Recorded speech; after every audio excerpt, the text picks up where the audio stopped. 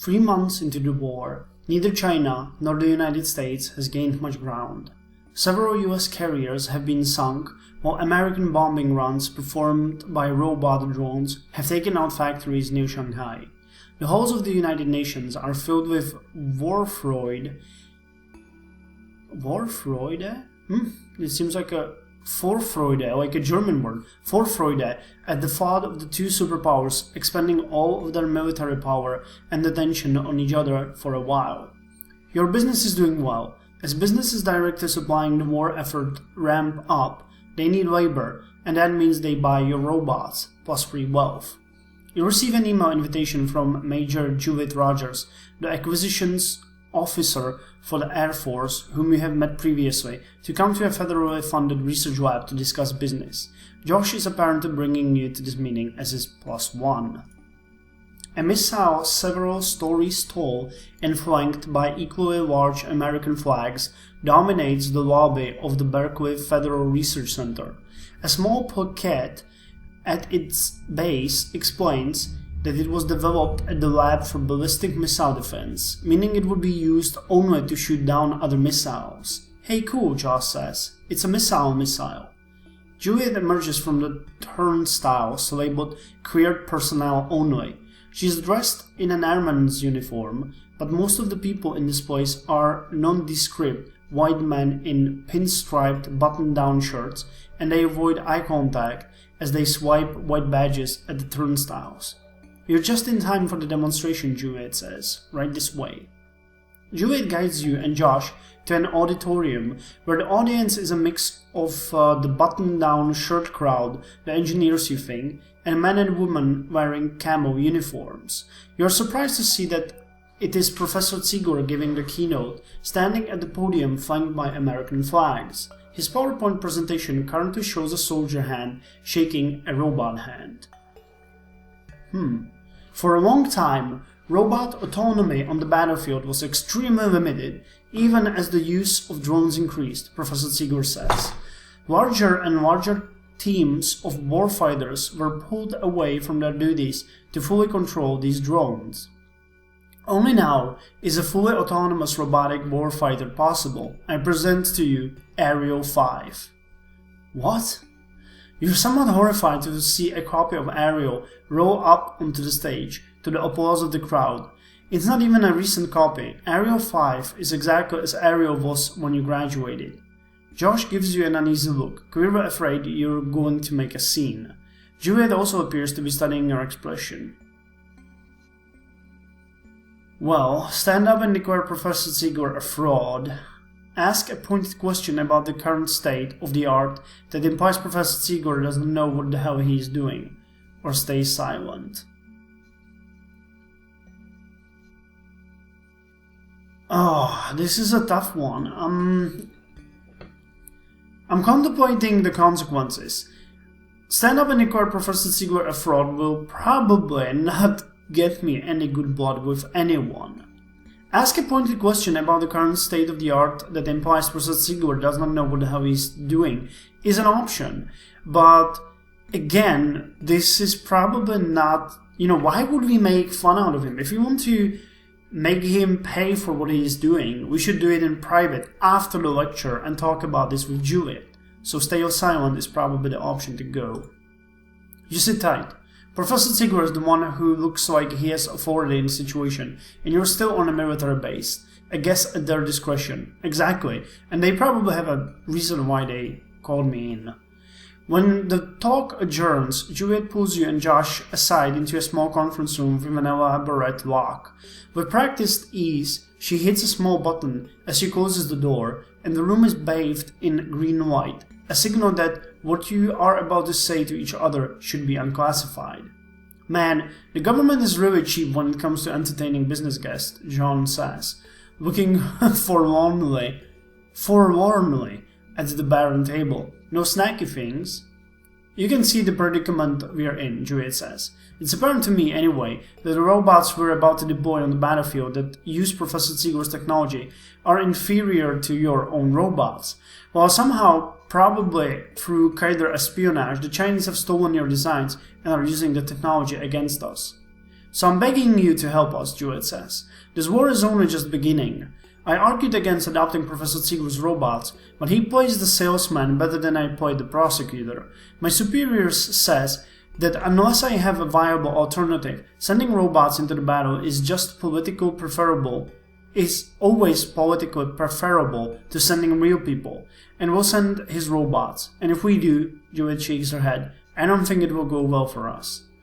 You exchange a glance with Josh, who shrugs, conceding Juliet's point. You need to start developing a line of military robots, Juliet says. Your robots are impressive, but they're not going to win this war for us. A question, what's the catch? Or, aren't you being awfully trusting? What if I betray you? Or, no way, this is not something I want to be involved in. Professor Ziegler 67, Juliet 59. World power balance, China and US. This is new. Humanity is 95. Fame 8, wealth 3, married to Tammy. Man, I really... Let's ask her, what's the catch? You also need to get clearance, she says. But don't worry, they're expediting it for top scientists because... Oh, man, my English. You also need to get a clearance, she says. But don't worry, they're expediting it for top scientists because of the war. It shouldn't take long at all. Josh looks excited. This is it, our chance to be the heroes of our generation. Juliet awaits your answer. I accept I will begin the clearance process so that US robots can work on more secretive projects. Or, my robots will help the war effort, but only in non-violent ways. Or, this has been interesting, but I'd prefer to not get involved with the military. Sorry. Ah, man. Let's go if I accept. The country needs us, so... And I feel partially responsible for this mess, so... Josh seems relieved that you're on board with the project. Juliet smiles. Good, I'm glad you think that what we're doing is important. I'll tell them you'll be applying for TS directly, instead of applying for secret first. It will save you time later. When a fighter plane passes overhead as you walk to the parking lot, Josh practically giggles with joy. Man, this really had to help our relations. Yeah, 69. Josh announces to the company that US robots will begin supplying robots to the military. A few days later, Ellie tries to resign. After all we've been through, you ask as she hands you a printed out letter of resignation. She shakes her head slowly. I don't think I want to be involved with a company that works with the military. If I thought that there would be people in the world whom I helped kill, I don't think I could live with myself. I convince Ellie to stay by arguing that sometimes a country must defend its interests. I convince Ellie to stay with an appeal to our friendship. I convince Ellie to stay by arguing that the best place to be to have a positive influence on events is within my company. Or I declare that if it means losing Ellie, I won't get the company involved after all. Or I let Ellie resign, it's best this way. I think that this one is probably the best. Appealing to our friendship, abusing it to convince her, this might work as well, but, this is not the time. It's not immoral to defend the country's interests, you say to Ellie. You'll be helping your family and friends live in a more stable, prosperous world. I really don't think so, Ellie says. I can't decide if this war is out of greed or stupidity, but I want no part of it either. Ellie resigns. No. A few days after that, Tammy also tries to resign. You know how I feel about this, she says, offering you a letter of resignation with a trembling hand. Mark my words, they won't tell you the whole truth no matter what's your clearance. Even at TS, it's always TS/SCI, Top Secret Secure Compartment Information. I won't go back to going crazy wondering what my work is being used for. Why don't you work on our factory labor robots? They're relatively inoffensive. Don't be self-destructive. Stay. You'll solve nothing by running away except losing what little human contact you had left. Or, I want you to live on good terms. I'll set up a nice severance package for you, or very well, goodbye.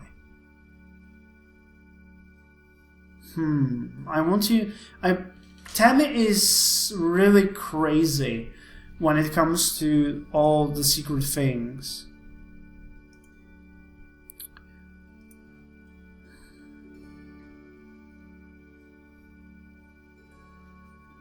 I don't feel like this one is this will just make her pissed. Why don't you work on our factory? I would like to put this one, but I guess no, we'll try. Factories produce the weapons and the supply lines that need fuel the war. No. Tammy walks out of your office. As if it weren't enough, Ariel reacts to your announcement by fomenting dissension among your robots. You're greeted on the factory floor with the chant of, "Hell no, we won't go," from your robots. God, I'm pushing this. I'm starting to feel like this is not a good idea.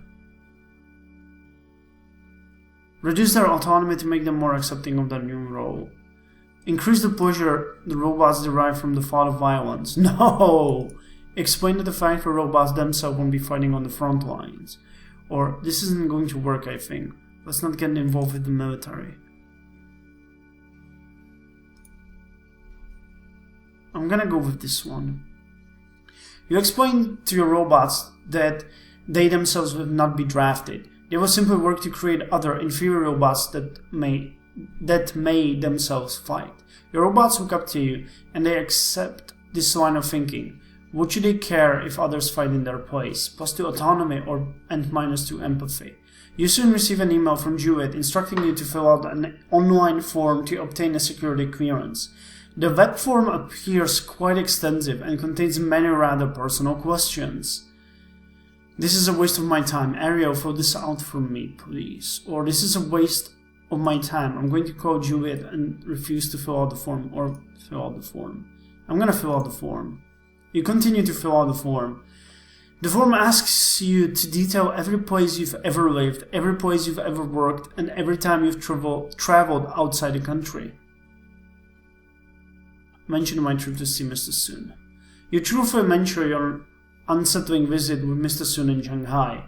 The next question asks whether or not you now know or have known anyone who advocates the overthrow of the United States government.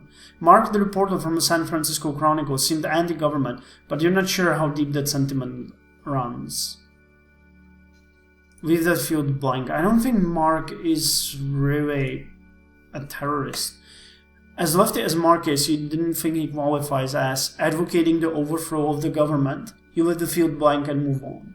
The form then asks you to list all the foreign nationals with whom you have a close and continuing relationship and their nationalities. You gather that a foreign national is someone who is not a citizen of the United States. You aren't exactly sure about Ellie, but calling her up to ask about her citizenship seems a little awkward. You think Ellie is American, but she did say at one point that she was born in Hong Kong.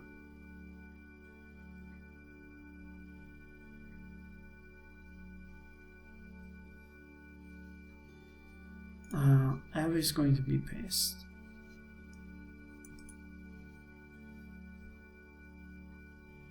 Man, I should have given Tammy the severance package.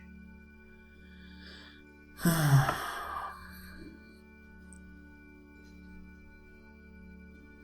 gonna call Ali. It's the honest thing to do. You give Ali a call on your smartphone and explain that you need to know if she's an American citizen for this form. On the video feed, Ali is just looking at you with pursed lips. It's really silly, I know, you say to fill the silence. After a long silence, Ali replies. I never intended to deceive you, Ali says. I actually only found out recently myself. My parents snuck me into the country illegally when I was young. I was apparently born in a Shanghai airport. We went back and forth with an American passport so well forged that even I thought it was real. It was only when I started doing my own taxes and trying to vote that things started to crop up, suggesting that the government didn't think I existed. I tried to get a citizenship at that point, but they've always denied it. She sighs. And my mother was a Chinese spy, apparently.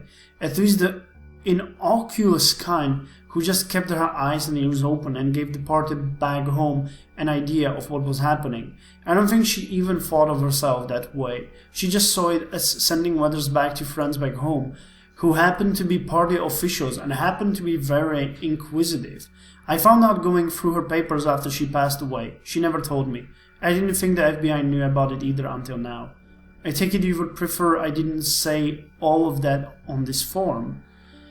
You say, I would prefer, Ella looks concerned. Let me put it this way, people have been disappearing. Not Asian Americans who are citizens, but people's relatives who are just here on green cards. People say that the government is running some kind of machine learning algorithm to decide who to disappear. I think it's dangerous for me to draw attention right now, but I can't ask you to lie. You're not sure what to say about this. Alice says, I have to go, and she hangs up.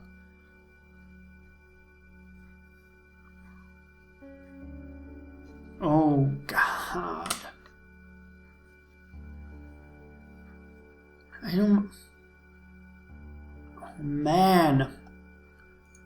What does this do to my relation to Alan? Great.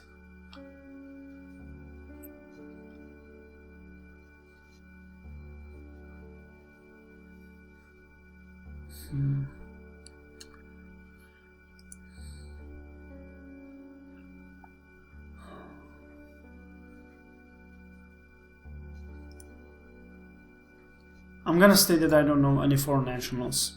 I don't want to betray you. You stated that you know no foreign nationals and finish the form. You submit the form and your prevailing emotion is anxiety about being called on my omniscient, disquiet, the question seems unreasonably paranoid, fear, there are apparently more spies and anarchists in this world than I thought, or relief that these stupid questions are done. You'd think wartime would be exciting. When do we get to shoot stuff? That's exactly not what I would think. Juliet informs you that the next stage of the application process is for top secret clearance is a polygraph test.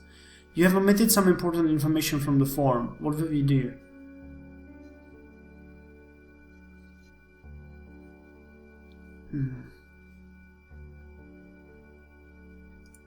Practice lying at home with a makeshift polygraph until I no longer feel an emotional response to lying.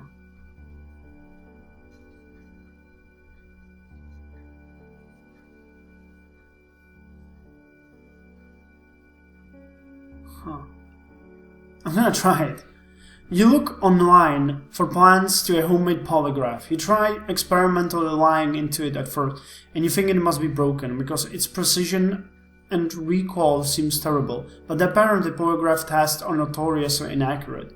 You find that your detector tends to go off whether you have an emotional response to anything at all.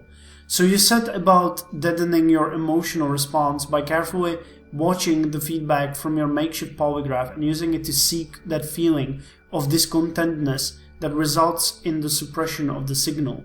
You find that your feeling of detachment is useful in everyday life too, for not getting upset about things. You leave a little attachment in there just so that they won't be alarmed at the absence of signal. You pass the polygraph test with flying colors. Oh God! Yeah, I was expecting this to happen, but oh my God!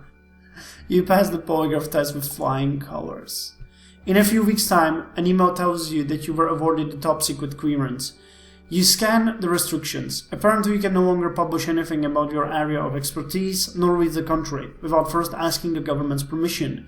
That is sort of the opposite of the James Bond lifestyle you'd imagine, but in practice you've never been one to get out much, so perhaps this is all right. Achievement unlocked. Cleared. You attend a classified briefing at the same laboratory where you met with Juliet before, where some Air Force intelligence officers shares with you, and a room full of other invited engineers, what they know about the Chinese robots. To be honest, you expect something a little sexier than these highly detailed technical specs, but they should help your own robots exploit the other robots' weaknesses, plus for military. Many attendees leave, and a further session details the current weaknesses in the drones currently employed by the government. Unfortunately, this information is practically worthless to you since you plan on supplying better robots anyway, but you suppose it will be marginally useful to know what existing technology you can build on, post-military. Meanwhile, the speakers caution that now that you know these facts, you will be a target for enemy intelligence efforts. On the whole, government secrets appears to be like the secrets of family members, more a burden than a privilege. Alright, enough of the boring stuff, says the speaker, a man in an airman's uniform whom you think was introduced as a colonel.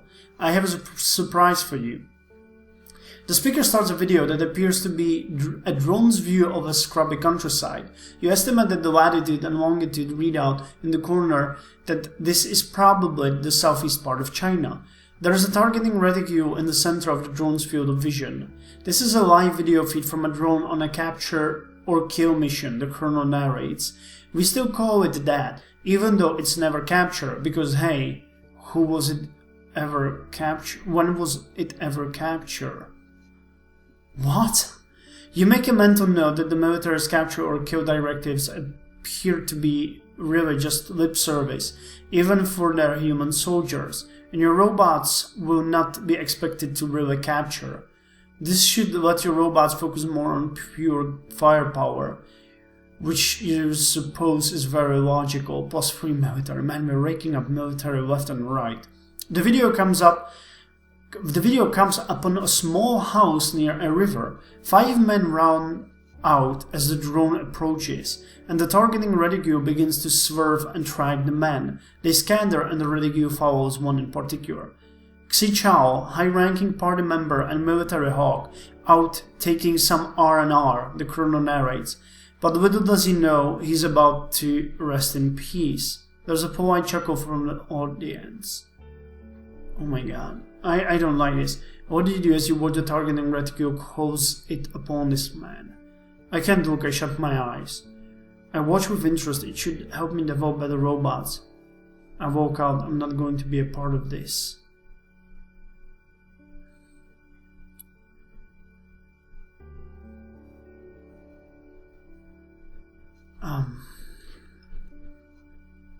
Man, I don't like either of these options, but I have to say that I would probably try to watch it to see what's going to happen and how the robot is going to perform. But this is most likely what would happen. I can back out now, you know, I'm in this now, so... Oh, God. I'm gonna watch with interest. It's not what I would want to do, but... Yeah, man, oh God. You watch as a stubby bomb enters the camera's view and pay close attention to how steady the targeting reticule is during the bomb's descent. The natural rattle of the drone makes it somewhat shaky, and you come up with some plausible hypothesis for how to stabilize it, plus grace and military. The bomb detonates on contact with the man, and you find yourself strangely fascinated with the way his... I don't even want to read this. The bomb detonates on contact with the man, and you find yourself strangely fascinated with the way his parts fly in all directions. Each bloody arc a proof of Newton's law.